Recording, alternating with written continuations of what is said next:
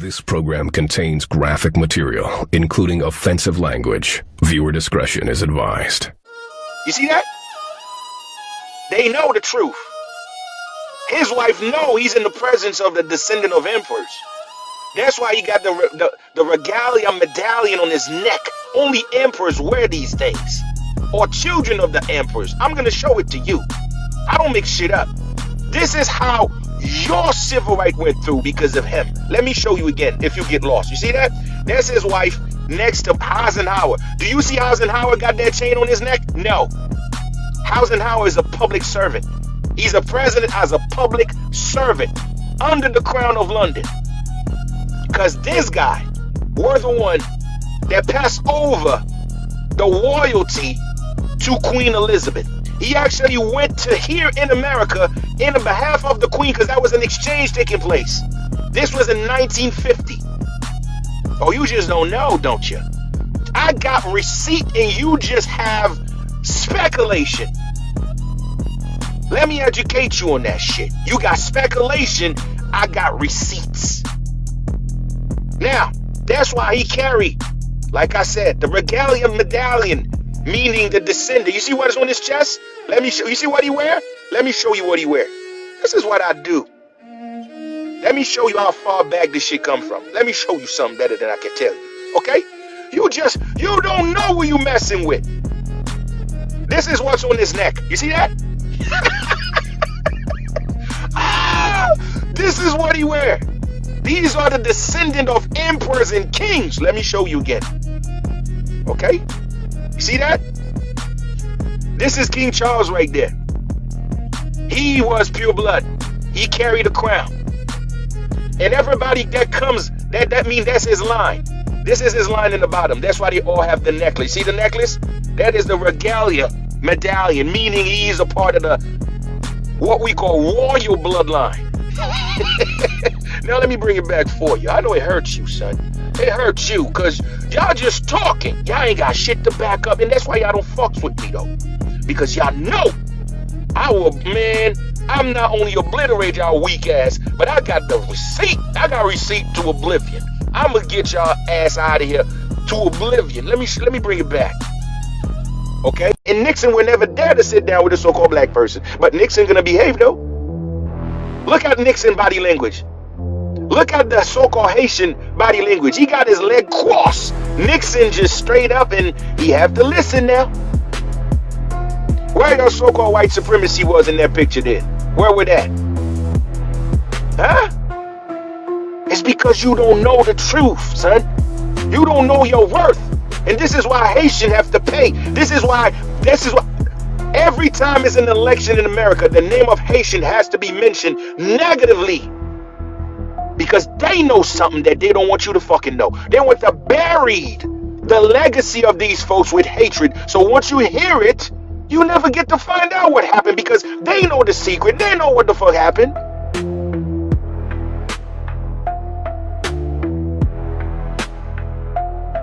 Let me show you how far this shit go. Let me show you how far this shit go. Now, this ain't nothing. This ain't nothing. Okay?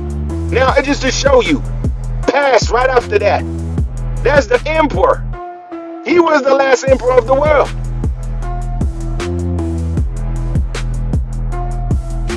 Okay? Queen Elizabeth bowed down to him. Now look at him with the so-called Haitian president.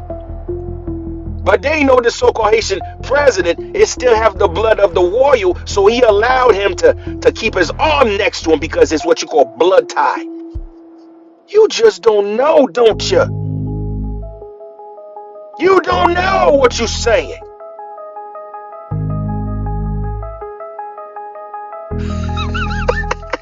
What a time to be alive, man. When you exposing these jokers that don't know shit about nothing in America, better yet, they be the first to come at your face, throwing shit at you, talking slick, all type of craziness, and they don't know a goddamn thing. Look at this. This is what you call solidarity and support.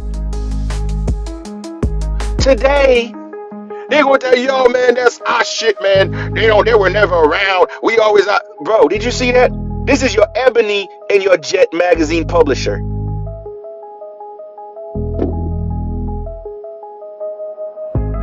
was a racist. Everybody know Adam Clayton Powell.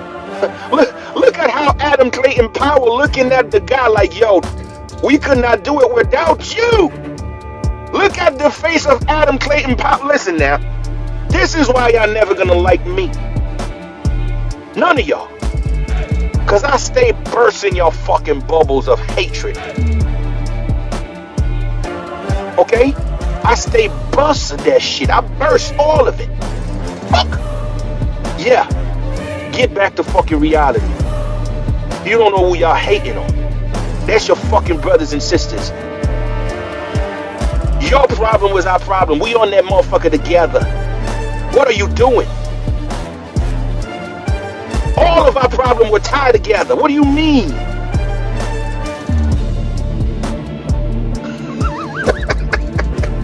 This is Adam Clayton Powell right there. Okay? He was the most important figure as far as getting this, what we call civil right pass. This is why they want to distract you with Did He Know? Did you see this thing that the Biden administration pushed through? This new martial law thing? Yeah. This is very disturbing. Jamie, please Google this so we can find out what the actual law states. But it's DOD Directive 5240.01, giving the Pentagon power for the first time in history to use lethal force to kill Americans on U.S. soil who protest government policies. What are they expecting? 5250.01, sounds right? Is that what it is? No, sorry. Did I tell you what it is? I'm sorry. 5240.01. DOD Directive. This is from RFK Jr. Posted this on Twitter, and I'm finding out about it because people are blowing me up about it. That's fucking terrifying. That is a terrifying thing to push through for the first time in U.S. history, giving the military the ability to shoot and kill American citizens. That's crazy too. And it's interesting because, you know, with the Smith-Mundt Modernization Act and stuff like that, it's almost like they kind of, in a weird way, just make it legal what they're already doing. If you what is that? The Smith Modernization Act? The Smith-Mundt Modernization Act that Obama pushed through, which basically made it so it was legal for the U.S. government to use propaganda against its citizens, which they were already doing in different ways through CIA and all that stuff. So it sounds like we can legally do it. You can't sue us now. How crazy is it that it's legal to lie? How crazy is that? It's legal for the government to not just legally lie, but they can concoct completely fabricated stories just to push a narrative if they decide that it's in the best interest of national security or whatever. To just manipulate energy in your mind and all. This is why a lot of companies that have like stars in their logo are related to Masonic symbols. Yeah, like the Freemasons? Yeah. So you worship like the bright sun or the bright star. And every logo that you see around, like Carl's Jr., the Sirius FM dog, he has a star. Oh, it's a star. Yeah, the NFL logo, there's a bunch of stars. Everything has a star in it. Mazda, it's the owl. The owl's the Illuminati. HBO, if you turn it down, it's an owl. No, it's not. Let me see. Whoa! What the fuck? Yo, I didn't take that in.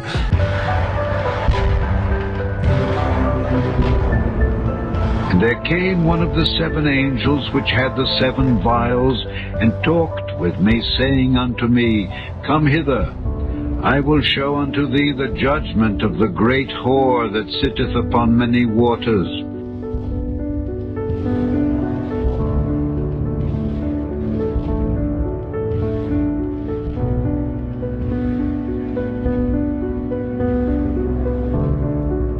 With whom the kings of the earth have committed fornication, and the inhabitants of the earth have been made drunk with the wine of her fornication.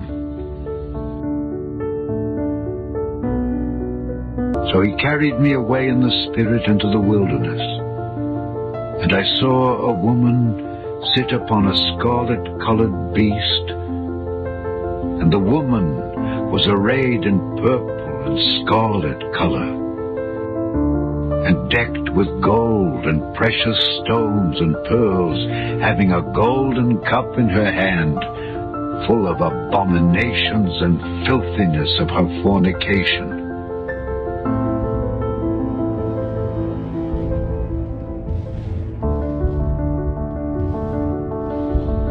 And upon her forehead was a name written, Mystery, Babylon the Great, the mother of harlots and abominations of the earth.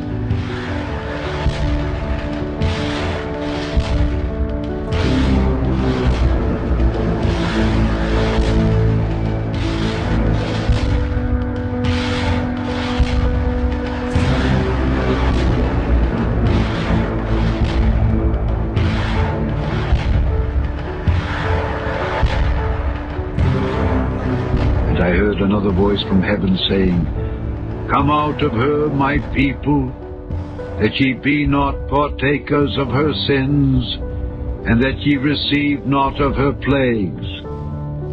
For her sins have reached unto heaven, and God hath remembered her iniquities.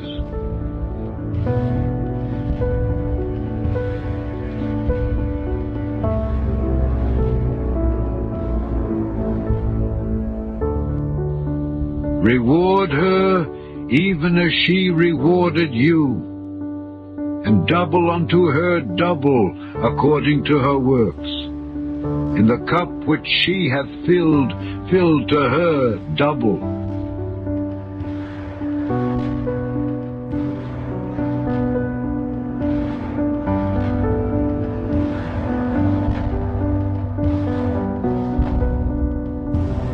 How much she hath glorified herself and lived deliciously, so much torment and sorrow give her.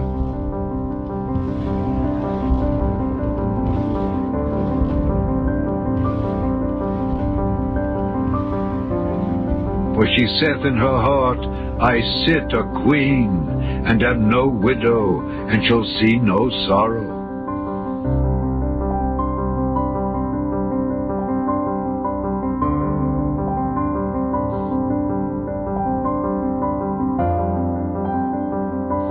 Therefore shall her plagues come in one day, death, and mourning, and famine, and she shall be utterly burned with fire, for strong is the Lord God who judgeth her.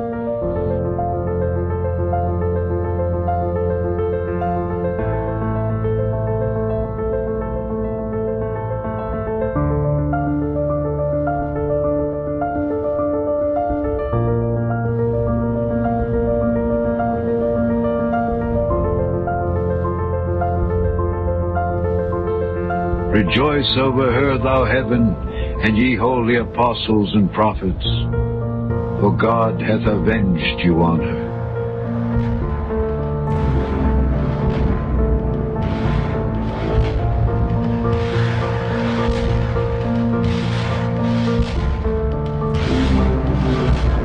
And a mighty angel took up a stone like a great millstone, and cast it into the sea, saying, Thus with violence shall that great city Babylon be thrown down, and shall be found no more at all.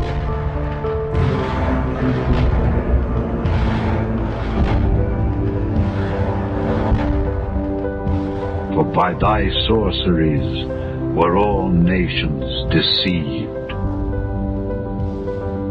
and in her was found the blood of prophets, and of saints, and of all that were slain upon the earth.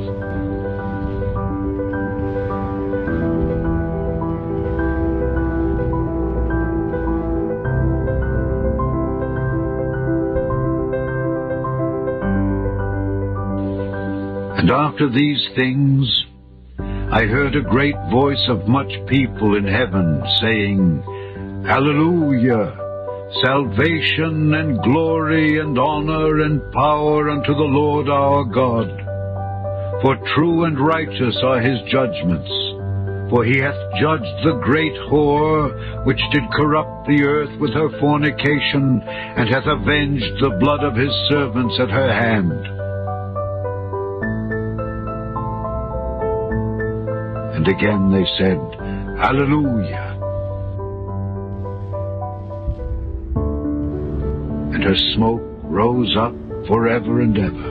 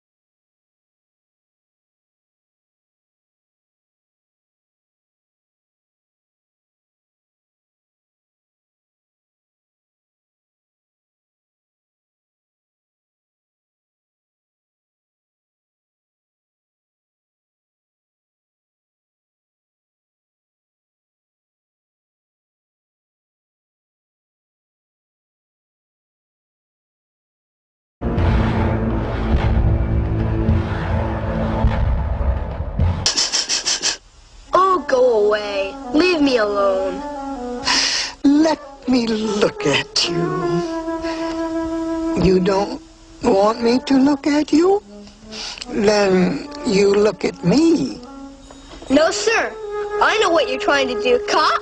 You do? You don't trust me. No. Then there's nothing I can do to help. You want to help me? Certainly. Okay. So let's dedicate this to General Kelly, the Border Patrol, and the ICE agents for doing such an incredible job. Right? This was written by Al Wilson a long time ago. And I thought of it having to do with our borders and people coming in. And we know what we're going to have. We're going to have problems. We have to very, very carefully vet. We have to be smart. We have to be vigilant. So here it is, the snake. It's called the snake. On her way to work one morning, down the path along the lake, a tender-hearted woman saw a poor, half-frozen snake. His pretty-colored skin had been all frosted with the dew. Poor thing, she cried, I'll take you in, and I'll take care of you. The border. Take me in, O tender woman. Take me in, for heaven's sake. Take me in, O tender woman, sighed the vicious snake. She wrapped him up all cozy in a comforter of silk and laid him by her fireside with some honey and some milk. She hurried home from work that night, and as soon as she arrived, she found that pretty snake she'd taken in had been revived. Take me in, O tender woman. Take me in, for heaven's sake. Take me in, O tender woman, sighed that vicious snake. She clutched him to her bosom. You're so beautiful, she cried. But if I hadn't brought you in by now, oh heavens, you would have died. She stroked his pretty skin again and kissed him and held him tight. But instead of saying thank you, that snake gave her a vicious bite. Take me in, O tender woman. Take me in, for heaven's sake. Take me in, O tender woman, sighed the vicious snake. I have saved you, cried the woman, and you've bitten me, heavens, why? You know your bite is poisonous, and now I'm going to die. Oh, shut up, silly woman, said the reptile with a grin. You knew damn well I was a snake before you took me in.